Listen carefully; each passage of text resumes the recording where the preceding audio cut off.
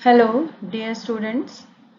मैं doctor Sunita Sharma, associate professor, department of economics, government arts girls college Kota.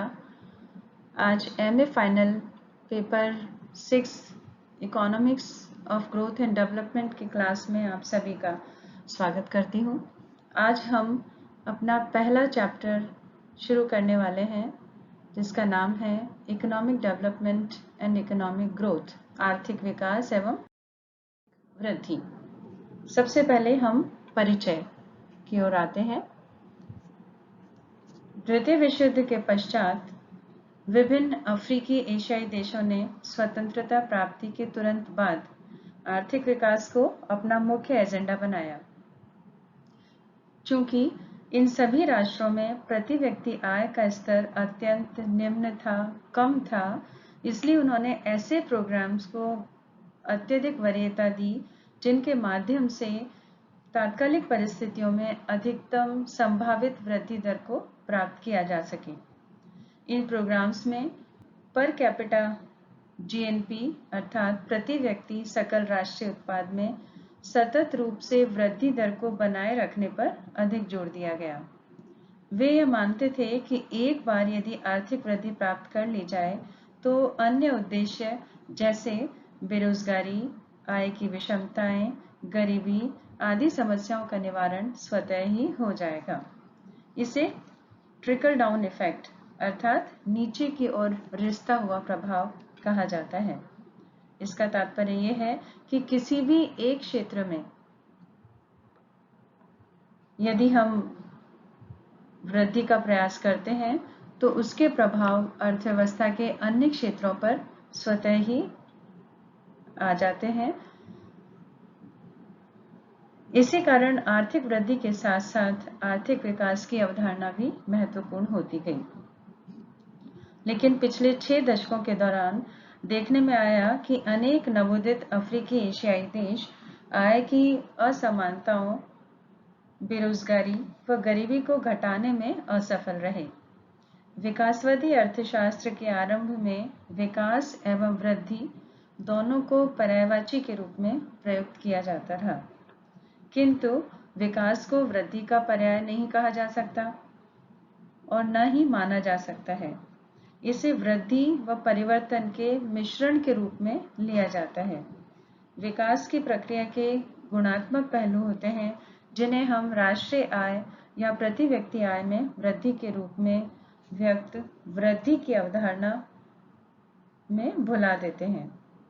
विकासवादी अर्थशास्त्री किसी राष्ट्र की वृद्धि दर जो उसकी जीएनपी में वृद्धि के रूप में दिखाई देती है से प्रभावित नहीं थे, बल्कि उन्होंने विकास की प्रक्रिया पर प्रत्यक्ष रूप से जोर दिया। इसके बाद हम देखते हैं व्हाट इज इकोनॉमिक डेवलपमेंट, आर्थिक विकास क्या है। आर्थिक विकास को विस्तृत रूप से जानने के लिए हम सबसे पहले देखते हैं कि यहाँ पर 2 दृष्टिकोण पाए जाते हैं आर्थिक विकास को लेकर। सबसे पहला परंपरागत दृष्टिकोण है।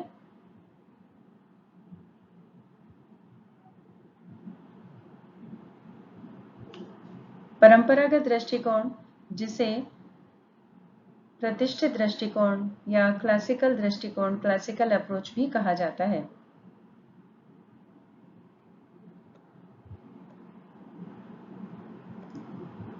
प्रतिष्ठित अवधारणा में विकास से तात्पर्य जीएनपी में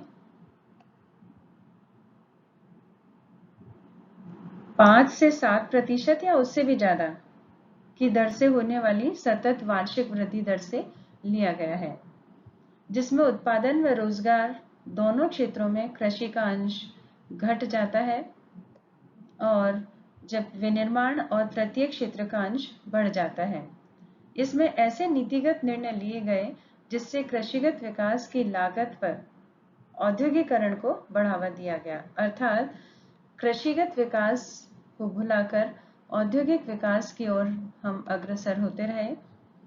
यहाँ यह माना गया कि पर कैपिटा जीएनपी अर्थात प्रति व्यक्ति सकल राष्ट्रीय उत्पाद में होने वाली वृद्धि से मिलने वाले लाभ किसी न किसी रूप में सभी व्यक्तियों तक पहुंच जाएंगे, अर्थात जो ट्रिकल डाउन इफेक्ट है वह यहाँ पर कार्य करेगा। दूसरा दृष्टिकोण आता है न्यू वेलफेयर ओरिएंटेड अप्रोच, नव कल्याण केंद्रित अवधारणा या दृष्टिकोण।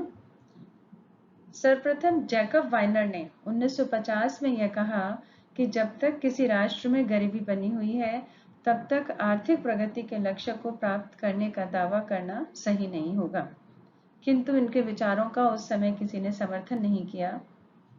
उसके पश्चात जब यह देखा गया कि 1950 और 60 के दशकों में अर्थव्यवस्था में संरचनात्मक परिवर्तन होने और प्रति व्यक्ति राष्ट्रीय उत्पाद में वृद्धि होने के बावजूद विकासशील देशों की लगभग 40% आबादी को कोई लाभ नहीं पहुंचा है, तब 1970 के दशक के आरंभ में अधिकांश अर्थशास्त्रियों ने आर्थिक विकास की संकीर्ण और संकुचित परिभाषा को नकार दिया। 1970 के दशक के दौरान उन्होंने उभरती हुई अर्थव्यवस्थाओं में गरीबी, बेरोजगारी और असमानताओं के निराकरण और निवारण के रूप में आर्थिक विकास को पुनः परिभाषित किया। इसी समय रीडिस्ट्रीब्यूशन विद ग्रोथ अर्थात वृद्धि के साथ पुनर्वितरण का नारा यानी स्लोगन अत्यधिक लोकप्रिय हुआ। इसके पश्चात हम देखते हैं कि न्यू वेलफेयर ओरिएंटेड अप्रोच में किंडलबर्गर, एमपी टोडेरो, स्टीफन स्मिथ आदि अर्थशास्त्रियों ने अपनी परिभाषाएं दी हैं। तो सबसे पहले हम देखते हैं किंडलबर्गर और हैरिक की परिभाषा। किंडलबर्गर और हैरिक के अनुसार आर्थिक विश्लेषण में कभी कभी वृद्धि और विकास को पर्यायवाची के रूप में प्रयुक्त किया जाता है। अक्सर ऐसा प्रयोग मान्य है, लेकिन जहां दोनों धारणाएं प्रयुक्त की जाती हैं वहां विशेषतया अलग अर्थ लिया जाता है। स्पष्ट और अस्पष्ट रूप से सामान्य तौर से इनका प्रयोग इस प्रकार से है। आर्थिक वृद्धि का मतलब अधिक उत्पादन है, जबकि आर्थिक विकास का अर्थ है अधिक उत्पादन तथा तकनीकी और संस्थानिक व्यवस्थाओं में परिवर्तन जिनके द्वारा यह उत्पादित और वितरित होता है। इस प्रकार किंडलबर्गर के अनुसार आर्थिक विकास में हम राष्ट्रीय आय में वृद्धि के साथ साथ अर्थात अधिक उत्पादन के साथ साथ तकनीकी और संस्थागत व्यवस्थाओं में परिवर्तन को भी सम्मिलित करते हैं। इसके पश्चात एमपी टोडेरो और स्टीवन स्मिथ की परिभाषा है।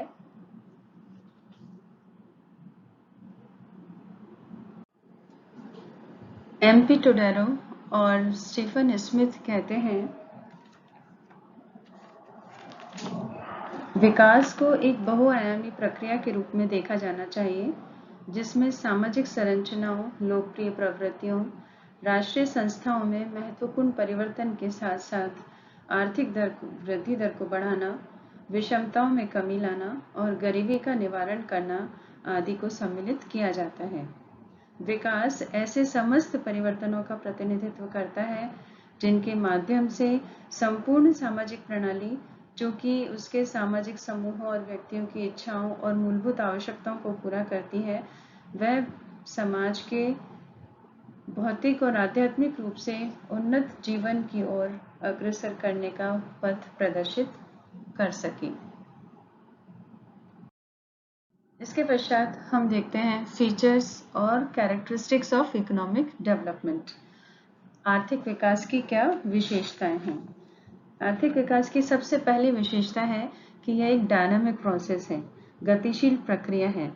यह बताती है कि आर्थिक विकास के सभी चर आर्थिक विकास की आवश्यकताओं के अनुरूप बदलते रहते हैं। दूसरी विशेषता है ड्यूरेबल अर्थात टिकाऊ। यह एक दीर्घकालीन प्रघटना है, लॉन्ग टर्म फिनोमेना है, और यह बताती है कि आर्थिक विकास कोई चमत्कार नहीं है जिसे कि अल्प समय में, बहुत थोड़े से समय में ही प्राप्त कर लिया जाए। विकास की योजनाएं 2 या 3 दशकों की अवधि की होती हैं, इस प्रकार यह एक दीर्घकालीन प्रक्रिया है। आर्थिक विकास की तीसरी विशेषता है मेजरेबल, मापनीय, अर्थात इस आर्थिक विकास का मापन किया जा सकता है और मापन करने का तरीका है रियल पर कैपिटा इनकम, अर्थात वास्तविक प्रति व्यक्ति आय के रूप में हम इसका मापन करते हैं। जितना अधिक रियल पर कैपिटा जीएनपी होगी उतना ही अधिक आर्थिक विकास होगा। इससे पता चलता है कि ऊंची प्रति व्यक्ति आय तभी संभव है जब एक तरफ राष्ट्रीय आय व प्रति व्यक्ति आय बढ़े और दूसरी तरफ जनसंख्या वृद्धि और कीमत स्तर नियंत्रण में हो, अर्थात जनसंख्या वृद्धि और कीमत स्तर अधिक दर से न बढ़े। अगली विशेषता है ग्रोथ प्लस चेंज, अर्थात वृद्धि और परिवर्तन। आर्थिक विकास चरों में मात्रात्मक के साथ साथ गुणात्मक परिवर्तनों को स्वीकार करता है, अर्थात आर्थिक विकास का तात्पर्य है वृद्धि प्लस परिवर्तन, आय में वृद्धि हो और तकनीकी सांस्थानिक परिवर्तन भी साथ में हो, तब यह विकास कहलाता है। अगली विशेषता है डिस्ट्रीब्यूटिव जस्टिस, वितरणात्मक न्याय। आर्थिक विकास की आवश्यक शर्त यह है कि आय व संपत्ति का समान व न्यायपूर्ण वितरण हो, क्योंकि असमानताओं के मौजूद होने के कारण लोग आर्थिक योजनाओं और कार्यक्रमों के क्रियान्वयन में अपने पूरे मन से सतत सहयोग नहीं करते हैं। इसलिए वितरणात्मक न्याय का होना किसी भी राष्ट्र की आर्थिक विकास और वृद्धि के लिए नितांत आवश्यक है। अगली विशेषता है ह्यूमन बेस्ड थ्योरी, मानव आधारित सिद्धांत। आर्थिक विकास लोगों को अमानवीय तत्वों जैसे गरीबी, बेकारी, खराब स्वास्थ्य आदि से बाहर निकालने में मदद करता है और उन्हें अधिक मानवीय बनाता है। इसके पश्चात हम देखते हैं कि व्हाट इज ग्रोथ, आर्थिक वृद्धि क्या है।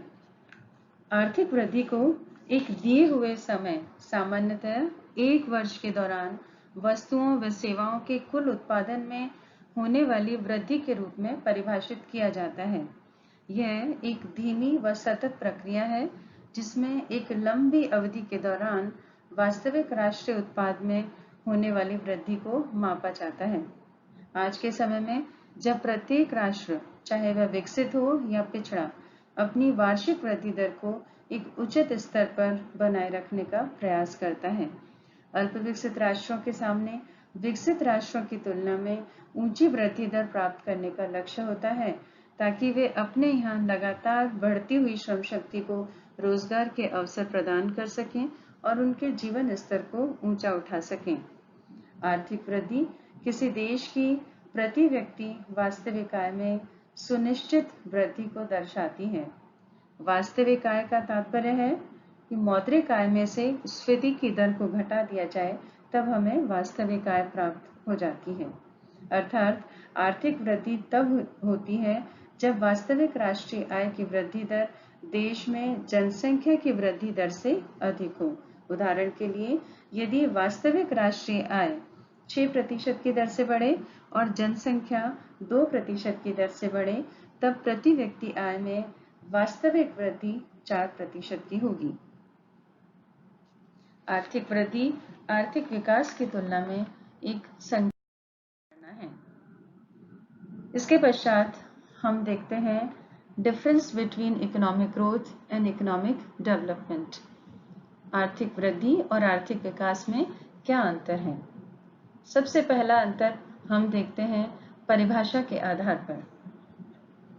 परिभाषा के आधार पर यदि हम देखें तो आर्थिक वृद्धि increase in monetary growth of a nation in a particular period, अर्थात किसी एक दी हुई समयावधि में किसी राष्ट्र की मौद्रिक आय में होने वाली वृद्धि आर्थिक वृद्धि कहलाती है। इसके विपरीत आर्थिक विकास के अंतर्गत हम overall development of the quality of life in a nation which includes economic growth, अर्थात यहाँ पर हम किसी भी राष्ट्र के जीवन की गुणवत्ता के साथ साथ आर्थिक वृद्धि को भी सम्मिलित करते हैं। अर्थात आर्थिक वृद्धि प्लस किसी देश के निवासियों की जीवन की गुणवत्ता में संपूर्ण विकास को मिलाकर आर्थिक विकास कहा जाता है। दूसरा अंतर अवधारणा के आधार पर है। आर्थिक वृद्धि एक संकीर्ण अवधारणा है, जबकि आर्थिक विकास एक विस्तृत अवधारणा है, क्योंकि आर्थिक विकास के अंतर्गत वृद्धि समाहित है। आर्थिक वृद्धि के साथ जब तकनीकी और संस्थागत परिवर्तनों को सम्मिलित किया जाता है तब यह आर्थिक विकास कहलाता है। तीसरा अंतर क्षेत्र को लेकर है। तो आर्थिक वृद्धि एक दिशाई अप्रोच है, यूनिडायमेंशनल अप्रोच है, एक दिशा आधारित दृष्टिकोण है, जिसमें कि हम सिर्फ एक राष्ट्र की आर्थिक वृद्धि का अध्ययन करते हैं। इसके विपरीत आर्थिक विकास एक बहुआयामी दृष्टिकोण है, जिसमें हम किसी देश की आय के साथ साथ वहां के निवासियों की जीवन की गुणवत्ता का भी अध्ययन करते हैं। इसके पश्चात अगला अंतर अवधि के आधार पर आता है। तो आर्थिक वृद्धि एक अल्पकालीन प्रक्रिया है, जबकि आर्थिक विकास एक दीर्घकालीन प्रक्रिया है। अगला बिंदु मापन के आधार पर अंतर। आर्थिक वृद्धि एक मात्रात्मक आधार पर हम अध्ययन करते हैं। इसके विपरीत आर्थिक विकास में मात्रात्मक और गुणात्मक दोनों पहलुओं का अध्ययन। अगला अंतर वृद्धि और विकास के लागू होने को लेकर है। तो आर्थिक वृद्धि डेवलपमेंट इकोनॉमिक्स पर लागू होती है, डेवलप्ड इकोनॉमीज पर।